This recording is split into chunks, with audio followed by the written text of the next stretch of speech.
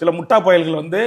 பத்திரிகை ஊடக நண்பர்களை சொல்லல, இந்த கமெண்ட்ஸ்ன்ற பெயர்ல தானே ஒரு யூடியூப்பாக இருந்து பேட்டி கொடுக்குற, செய்தி வெளியிடுற அந்த முட்டா பயல்களுக்கு நான் சொல்றேன், வேல்முருகன் யாரு, அவருடைய வரலாறு என்ன, அவர் கடந்து வந்த பாதை என்ன, இன்னைக்கு திமுக கூட்டணியில் நின்று திமுக சின்னத்துல நின்று வெற்றி பெற்றிருந்தாலும் ஈழ இனப்படுகொலையில் இருந்து அவருடைய பங்களிப்பு என்ன, பாட்டாளி மக்கள் கட்சியில காங்கிரஸோட கூட்டணி இந்த பாட்டாளி மக்கள் கட்சியில எம்எல்ஏவா இருந்து தமிழீழ தேசிய தலைவன் உலக தமிழர்களின் ஒப்பற்ற முகவரி பிரபாகரன் என்ற அந்த செய்தியை தமிழக சட்டமன்ற வரலாற்றில் இன்னும் பதியப்பட்டிருக்குன்னு நீக்கம் பெற செய்யல.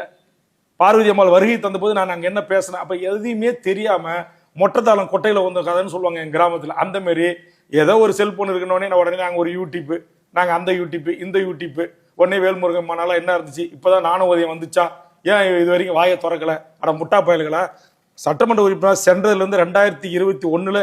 ஜெயிச்சு போனதும் சரி, 2001 சட்டப்பேரவைக்கு போனதும் சரி, இந்த நாட்டுடைய மக்களுடைய பிரச்சனைக்காக, தமிழ் சமூகத்தின் வாழ்வுரிமைக்காக